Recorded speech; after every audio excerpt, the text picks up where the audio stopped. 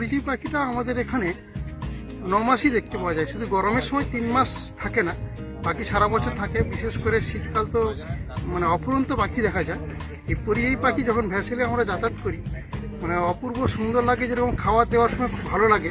আমরা সবাই কি করি, পরিযায়ী পাখিকে হাতে খাবার দিই, যেটা পাখি এসে হাত থেকে তুলে নেয় খাবার। এটা সব থেকে আকর্ষণীয়।